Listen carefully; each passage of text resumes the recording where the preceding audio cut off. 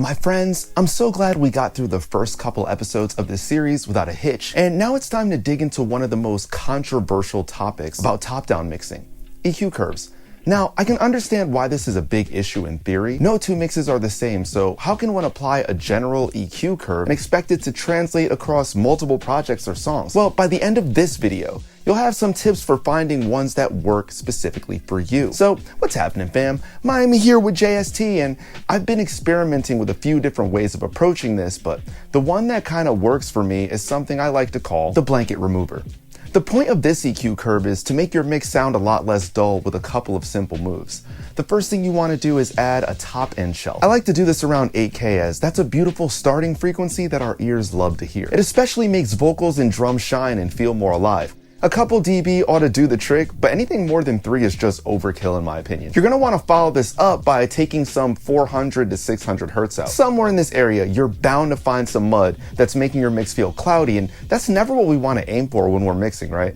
And last but not least, we're going to cut everything under 25 hertz. And this is going to get rid of any unwanted sub information that we can't hear, but it's eating up our headroom. And the reason I like it on the master bus instead of doing this to each and every track is when you do it on the master, a tiny bit is still getting through and it feels natural. When you do it on every single track, you basically kill it. And I think it feels a bit more musical only doing it on the master bus. Let's listen to an example of a song that doesn't have the blanket remover versus one that does. Tell me what you need, tell me that I'm nothing when I don't have you. Tell me who I am, tell me all about your plan, or rip my heart apart with me and you are through. I've been living, tell me who to be, tell me what you need, tell me that I'm nothing when I don't have you. Tell me who I am, tell me all about your plan, or rip my heart apart with me and you are through.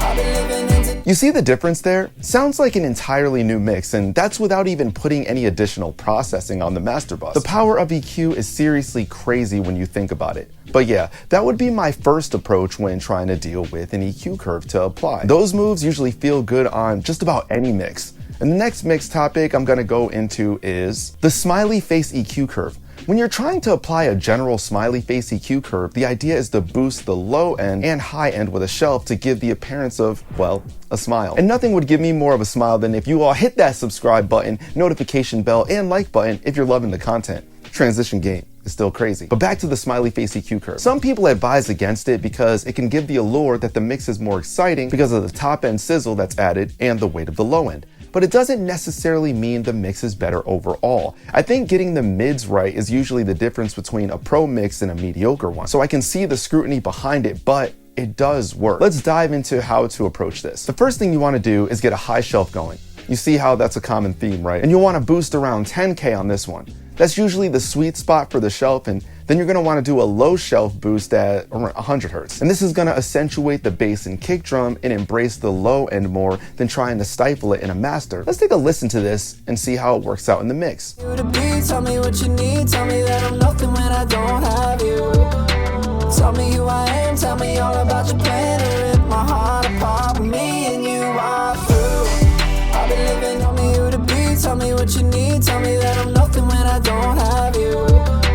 Tell me who I am, tell me all about your plan, or rip my heart apart with me and you are through. I've been living in denial. That gave a lot of weight to the mix, and I think it's great if you're not 100% sure in EQing mid-range properly. It kind of allows you to just boost either side of the shelf until the mix feels neutral instead of dealing with too many frequency bands. Try this one out if you feel like the area where vocals and guitar live are always giving you trouble in a mix. And on to our next curve, one that you don't even have to make for yourself. Of course, I'm talking about EQ matching. Now, I've brought this process up many a time in my life, but for those that don't know, EQ matching is the process of taking an EQ snapshot of a reference mix and then applying that to your own material. I tend to use Ozone for this because it seems to sound the best out of the EQ matchers that are out as of the date of this video, wink wink, but yeah, it's never let me down. And I'll show you an example of EQ matching right now. Tell me who to be, tell me what you need, tell me that I'm nothing when I don't have you. Tell me who I am, tell me all about your plan, or rip my heart apart with me and you are through. Tell me who to be, tell me what you need, tell me that I'm nothing when I don't have you. Tell me who I am, tell me all about your plan, or rip my heart apart with me and you are through. Sounds pretty sick, right? The reason EQ matching works so well in top-down mixing is because you still have more processing coming after. I often see people do an EQ match and call it a day. But now that you've warped your mix with EQ matching and you have EQ frequencies literally doing backflips, you want to put some nice compression and additional processing on after it. Some tips for top-down EQ matching are to use the blend knob always. Don't push it too far. 30 to 50% usually works great. Here's the important part. If you're using this in a template that has amp sims that focus on similar types of music, you can just save the EQ match curve in your template, and you don't have to go back and do it all the time. If the song varies too much from your usual mixing sound, well, you have to redo it. But if it's relatively similar, you're just fine. So there we go. We just went over the top ways to use EQ curves on your master bus. The blanket remover, the smiley face EQ curve, and EQ matching. With these moves under your belt, you'll be one step closer to finally nailing top-down mixing. It's a big undertaking trying to take on a new approach, especially one that's going to alter your mixing style a lot, but the beauty of mixing is that it's always an experiment. And this is just a new tool, a new brush in which you can create your painting. And I'm excited to see what you're going to create. Will any of you use these curves? Is this something that you typically do anyways? Stay tuned for the next and final episode of got lost there. Leave it in the comments and I'll chat with you fine people, like I always do. If you're an engineer on the come up, give this video a thumbs up. Don't forget to subscribe, you only have to do it one time, and tap that bell for notifications so when a video drops, you know the location. Until next time, my friends, I'll catch you later.